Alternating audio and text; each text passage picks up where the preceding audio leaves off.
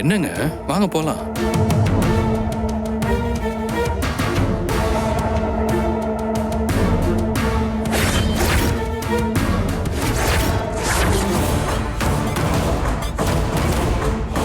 சம்மந்தியம்மா, அங்க பாருங்க.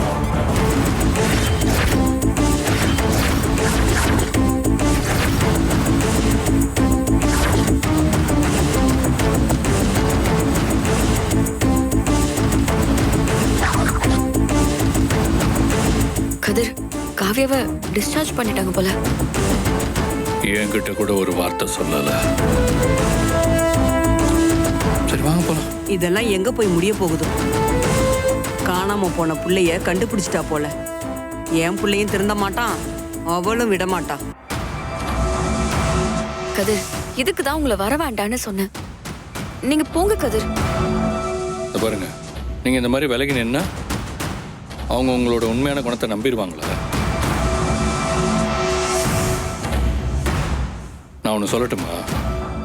ஒருத்தவங்க நம்ம மேல கோபமா இருக்காங்கன்னா அவங்க நம்மளை புரிஞ்சுக்கலன்னு அர்த்தம்.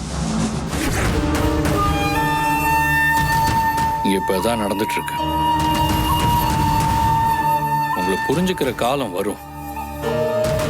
அப்போ உங்க மேல இருக்கிற கோபம் தானா போகும். வாங்க, அப்புறம் பேசிக்கலாம்.